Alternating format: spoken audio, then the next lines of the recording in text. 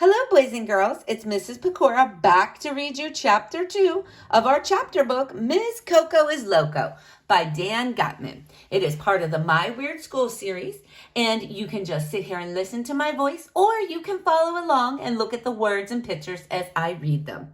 So here we go. Chapter 2. National Poetry Month is dumb. Me and Andrea walked down the hall to Ms. Coco's room. She's the gifted and talented teacher at elementary school.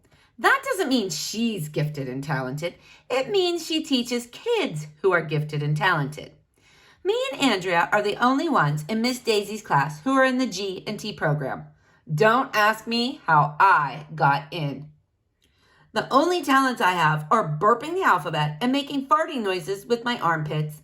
But we all had to take a dumb test, and afterwards, Miss Coco decided I was gifted and talented. I hate being gifted and talented. I don't want to be a gifted and talented nerd like Andrea. Guess what, Arlo? Andrea asked as we walked down the hall. She calls me by my real name because she knows I hate it. Your butt, I replied. Anytime anyone says, guess what, you should always say your butt. That's the first rule of being a kid. I'm taking a speed reading class after school so I can read faster, Andrea bragged. Andrea takes classes in everything. If they gave a class in blowing your nose, she would take that class so she could get better at it. Wow, I said, it must be wonderful being you. That's called sarcasm. It's when you say exactly the opposite of what you really mean. Sarcasm is fun, especially when you're talking to somebody you hate, like Andrea. Arlo, did you know that aardvarks eat termites? Andrea said.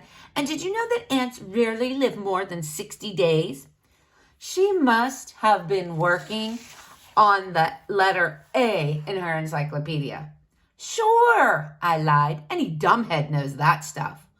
We walked 1,100,000 miles until we got to the G&T room. Miss Coco wasn't there yet. She has posters of geniuses like Albert Einstein and Thomas Edison and the Beatles on the wall. And there are signs all over the place that say things like think, create, invent. Finally, Miss Coco came running in. She wears tons of makeup on her face, and her hair is always in place. I guess that's why she's late a lot. It must take a lot of time to make her look good.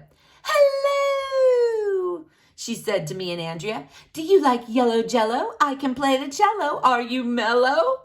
Miss Coco is weird. Why are you talking in rhyme? Asked Andrea. Rhyme, she said. It is a crime to talk in rhyme. I'd rather mime, but that takes more time. I get it, said Andrea. You're talking in rhyme because it's April. It's National Poetry Month. National Poetry Month? You've got to be kidding me. Poetry gets a whole month? I wouldn't give poetry 5 minutes. How come there's no National Skateboarding Month or National Video Games Month?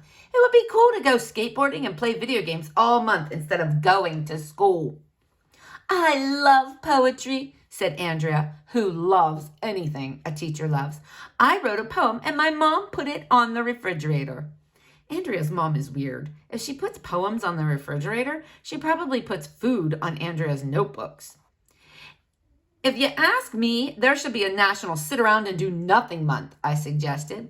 What a great idea, AJ, said Miss Coco. For homework, I'd like each of you to write a poem. AJ, you can write yours about sitting around and doing nothing. But I was just joking, I protested. I hate poetry.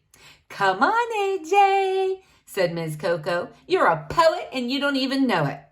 That is totally not fair. I wanted to sit around and do nothing, not write a poem about sitting around and doing nothing. Poetry is dumb, and now I had extra homework to do. I wish I was in the U and U program, the ungifted and untalented. All right, boys and girls, we're going to stop there for today. Stay tuned for the next chapter of Miss Coco is Loco.